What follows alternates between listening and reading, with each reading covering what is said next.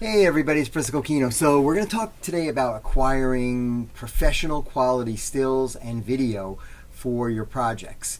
And the best camera, I'm going to make sure you have the best camera, because you know what? The best camera is the camera that you have with you all the time. And that would probably be your iPhone or your mobile device if you're not using an Apple, I'm sorry. So let's take a look at some of the parameters here. First thing you want to do is organize your script. So say to yourself, what kind of shots do I need to get? And it's a good idea to document those shots on a script. And I can give you a format either in Google Slides or in PowerPoint that I like very much as a shooting script to make sure that I get the coverage that I need, right? That you don't come back and say, oh, I'm missing this shot or whatever. Okay, then you want to think about your space. So it's important to have a space that is quiet, a space that has good lighting, and you can move around in and get your shots. You have a front and a rear camera typically on your phone. So the front-facing camera is the one that you would do selfies with typically, and it's not as good quality as the rear-facing camera. So use the rear-facing camera whenever possible to shoot. Now, if you're shooting yourself and you want to use the monitoring function, what you can do is what this person is doing here is using a mirror and just looking at themselves in the mirror while they're using their rear-facing camera. A little trick, right? Make sure you clean your lens, obviously. You may have smudges on there to get the best quality images and video.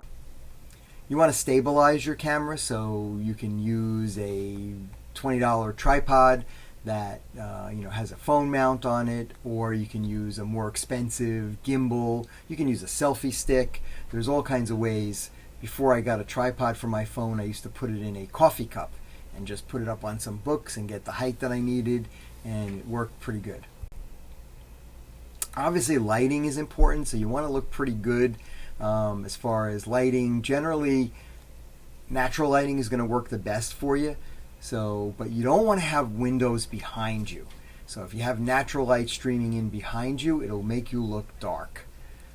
For the most part, though, natural lighting, and you can supplement it with some, electrical instruments too.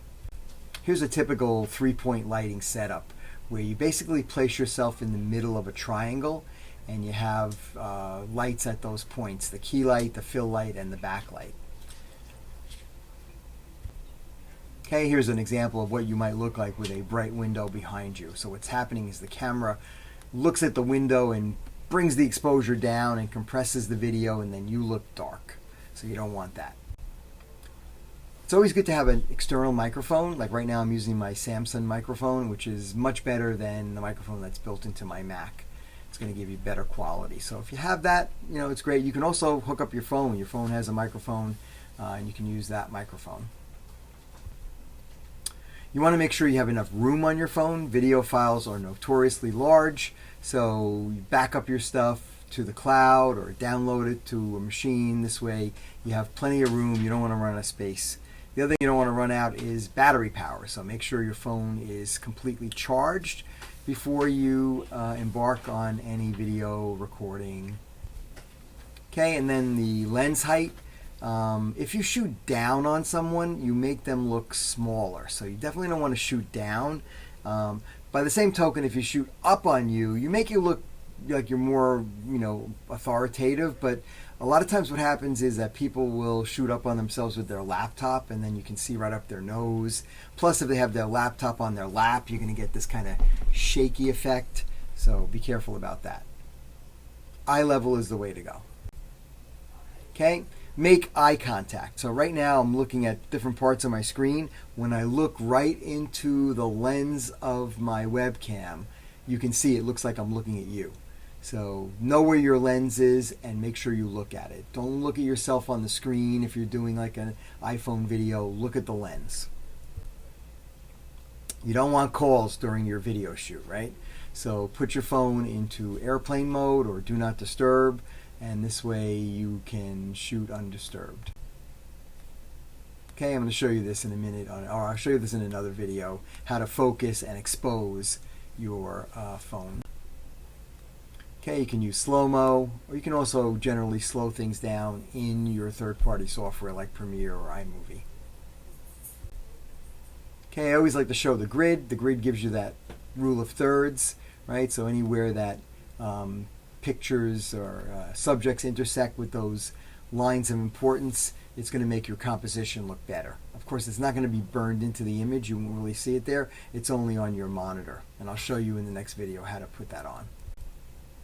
Focus by tapping, and exposure also by tapping. And you can lock it so that it doesn't change when, say, the lighting changes or your subject moves around. Okay, I think I'll show you this again better in the second video. How to lock the exposure and focus just by holding down for a second with your finger on your screen. Okay, here's a little idea of shutter speed. Now you can use a third-party app to do this. You can't really do it right in your iPhone application. But if you look at these two images, the first one is a really fast shutter speed. You can see we're capturing that moment in time where the bird and the water droplets are in midair. So you need to have a really fast shutter speed. On the other hand, to get those trails on a highway, we're using a long shutter speed. So the shutter is open for a long time. The cars move from place to place, and you get that kind of comet tailing look. Okay, before you make a really critical recording, it's probably a good idea to make a short one and play it back. Make sure you have good video, good sound before you invest a lot of time and then find out something was wrong and you have to reshoot. Okay, here's a great app that's not too expensive. I don't know what that is, that price there, but it's only, I think, about $15 for this app called Filmic Pro, which allows you to do a lot more controls. It almost turns your iPhone into a DSLR. Okay, white balance is something else that gives your images a certain tonal color, and if you don't balance for it, you may get these orangey or bluer images. So I'll show you when we're in the phone again how to adjust for that. Okay, and then you can get the range of focus, which is called the depth of field. Depending on how you're shooting and how close your subject is, you can have deep focus where the foreground doggy and the background tree is in focus, or you can have shallow focus where the foreground doggy is in focus but the background trees are out of focus. And I like that better because it makes the foreground doggy, who is my main subject, stand out from the background and not be distracted. Okay, you can actually get this much better in portrait mode if you have it on your newer iPhones, but you can also recreate some of these things in post-production too. Think about your aspect ratio, how you're holding your phone. Obviously, landscape is one way, but typically you're going to be holding your phone in portrait mode, and then you have various aspect ratios. What you want to think about is where your end video is going to appear. So if you're doing this for Instagram or Facebook or YouTube, you would have a different end product as far as the aspect ratio. You don't want to change these things later too much, although you can in the edit software, because you generally will sacrifice quality. Okay, here are some basic compositions. And again, when you're writing your script, you might think about some of these things. Am I doing a wide shot here? Am I really wanting to show detail with a close-up or an extreme close-up? So know your basic compositional rules. Zooming in on things, you can zoom in optically or digitally on your phone. When you zoom in digitally, you are sacrificing quality. So if you just pinch to zoom in, you're generally going to sacrifice quality. It's always better to use the optical zooms if you have multiple lenses on your phone to zoom in, and that's going to give you a cleaner image as opposed to the digital zoom, which gives you pixelization. Okay, the idea of double system is recording picture with one phone and sound with the other. So imagine I'm far away from my subject and I'm recording a video of them and they're talking. They're going to also sound like they're far away.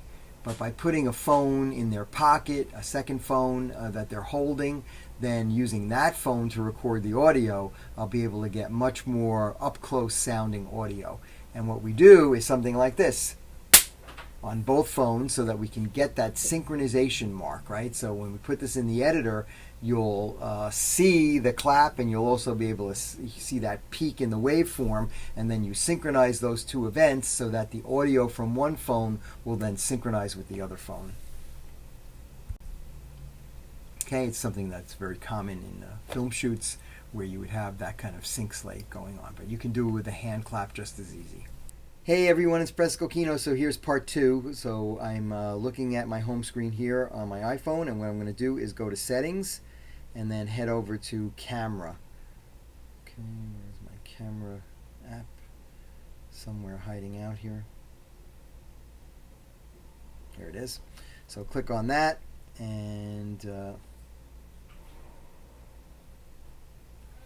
you'll see your formats. So high efficiency is a new codec from Apple that allows you to record and to get high quality at a lower file size. It may not work with all editors, so just again make a short recording and see if it works with your editor. If it doesn't, use most compatible. The next thing to look at is the resolution here. So 720 is a lower resolution, 4K or 8K if you have it is going to be high resolution. The nice thing about this is it's going to let you edit without pixelization. You can zoom in, you can do all kinds of things. You're going to have better quality video. So I like this setting here, 4K at 30 frames per second. If you really want smooth video or to capture still frames from a video, you can go to 60 frames a second, but 30 frames should be pretty good, and that will pretty much do it for that. Slow motion is accomplished by recording at a higher speed and then playing back at normal speed, if that makes sense, right? So you can record at a much higher speed and then play it back normally, and it's going to look like slow motion. You can also do this in the third-party app. So the trade-off for a lot of these things, remember, is the better the quality and the more frames you record, the more space the files are going to take, the larger they're going to be. So make sure, again, you have room on your phone to store this stuff. For if you are doing kind of like a selfie type recording, you can use that for making sure when you raise your right hand it's on the right side. Okay, I think that's pretty much what's going on there. Let's actually look at the camera now. So here we are looking at the actual camera. Panoramic portrait is going to give us a nicer kind of depth of field. So let's just take a look here. You can see what's happening here in the portrait mode. When I look at something like my microphone here, you can see how the background is being blurred out, right? But if I don't look at that, you can see everything kind of is in focus. So a portrait kind of shot here where it's close up is going to give you a nice image where the subject will be in focus and the background will be kind of soft. Excuse my messy background here. So then you have, these are the kind of white balance things, right? You have various kind of setups for lighting depending on what kind of lighting you're in. The camera will balance for that so you don't get that kind of bluish or orangey kind of tone. Okay, and then we have photo. So here again I can change, I have 2 lenses on this camera, so when I do this I'm actually doing a optical change here from one lens to the other. This is a digital zoom, right? When I pinch it, I'm pinching the screen now. So remember, the digital one is the one that's going to get pixelated. Okay, then you can go to video. Actually, let's stay in photo for a second here. So if I wanted to make something my subject, like say this light, my subject, if I hold down on it like that, I can lock the focus. So see, I get that AF, AE, auto exposure, and autofocus lock. And then I can also do things like adjust. So if I wanted to adjust it, see over here, I can just go on this little light thing, and as I swipe down, it lowers the exposure, and as I swipe up, it increases the exposure. So make sure that your exposure is clean. You don't want your subject to be either too dark or too bright. Okay, so here we are in video, and you get the same kind of controls here, right? I can kind of lock the focus on something that's in the distance or something that's closer up. And again, I can also adjust my exposure by swiping across that. If I hold on it, it will lock. Okay, and again, remember to make a test recording